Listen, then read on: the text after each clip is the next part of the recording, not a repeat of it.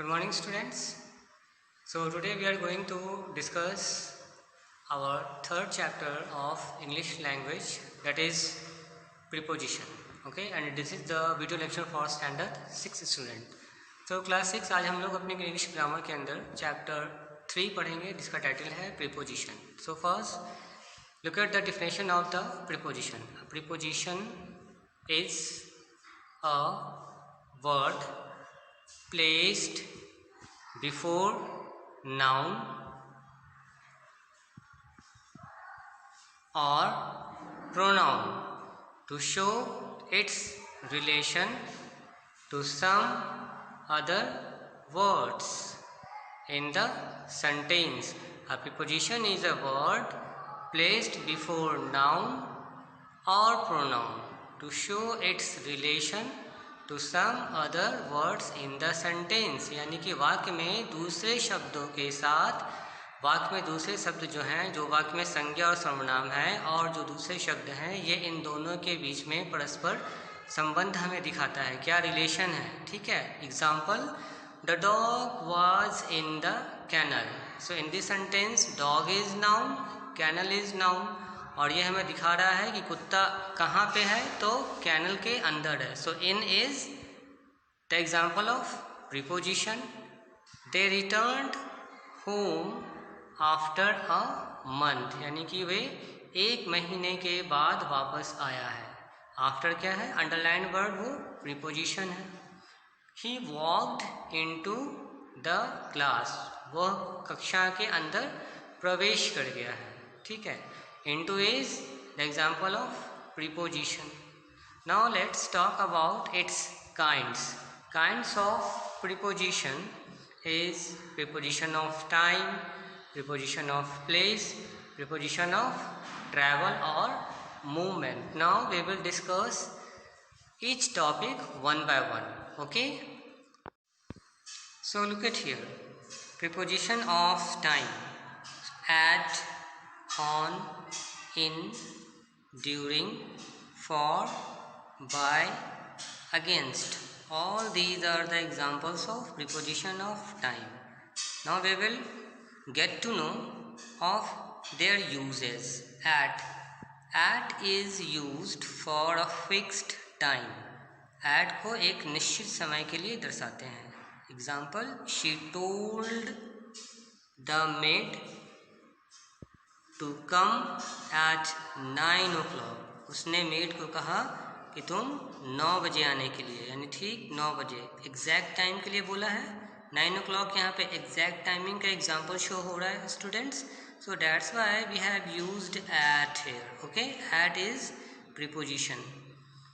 On is used for a day और date. On का use हम लोग किसी भी डे या डेट को रिप्रेजेंट करने के लिए करते हैं, लाइक ऑन ट्यूसडे, ऑन 24 जुलाई और ऑन ईस्टर.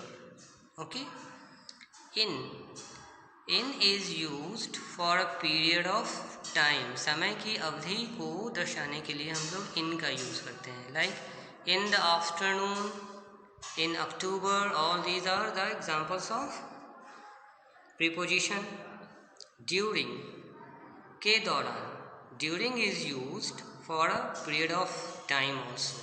तो इन और ड्यूरिंग दोनों पीरियड ऑफ टाइम को रिसेंबल करते हैं. Okay. Like during the holidays, during the celebrations. We were enjoying during the holidays. For is used for a period of time, for 2 months, for 6 months. For again period of time के लिए use होगा, like 2 महीनों के लिए और 6 सालों के लिए. By denotes at that a certain time or before it. यानी by हमें किसी निश्चित समय के बारे में बताएगा या उससे पहले के बारे में बताएगा. We will complete the work by 2 PM. यानी हम लोग 2 बजे तक अपना कार्य पूरा कर लेंगे, या उससे पहले. पॉसिबिलिटीज़ है, उससे पहले नहीं तो 2 बजे तक अपना कार्य पूरा कर लेंगे. Against shows in opposition to, यानी कि उसके अपोजिशन में बताता है, विरोध में बताता है, अगेंस्ट में बताता है. Like Gandhi was against the violence. Gandhi ji जो थे वो हिंसा के विरुद्ध थे. Preposition of travel and movement. Preposition of travel and movement is denoted by by and on. We travel by bus, by the car. We travel with bus करेंगे wrong हो जाएगा. Correct pronunciation, correct preposition use is by. We walk on foot, on horseback. Now let's talk about its places. At refers to small places. At का उपयोग छोटी जगह को दर्शाने के लिए करते हैं और in का उपयोग बड़ी जगह को दर्शाने के लिए करते हैं. Like I live in Bihar, I live in USA. अगर अब पटना के अंदर किसी लोकेलिटी को दर्शाना होगा तो पहले एट डालेंगे. लाइक आई लिव एट कदम कुआं इन पटना. इस तरह सेंटेंस जाएगा. Okay, now let's talk about it's uses. तो इसके यूजेस क्या क्या हैं देखिए. प्रीपोजिशन में इन और इनटू का यूज़ क्या है. इट डिनोट्स रेस्ट और लोकेशन को ये दर्शाता है. आफ्टर इन का use, after refers to a space of time in the past. In क्या दर्शाएगा. इन एंड विद इन दर्शाता है. In means at the end of a given period of time और within means before the end of the given time period. यानी कि समय खत्म होने से पहले विद इन और समय खत्म होने के बाद इन.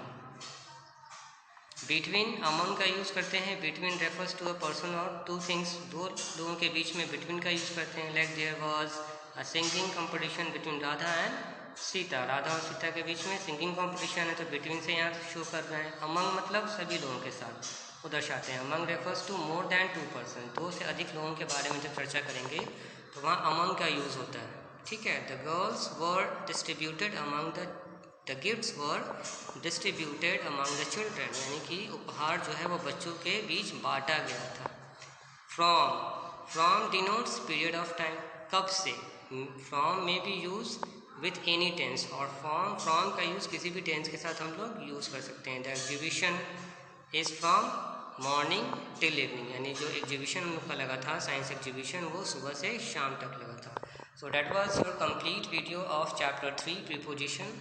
I hope you have understood it very well now. Now what you have to do as a home assignment, you have to make C11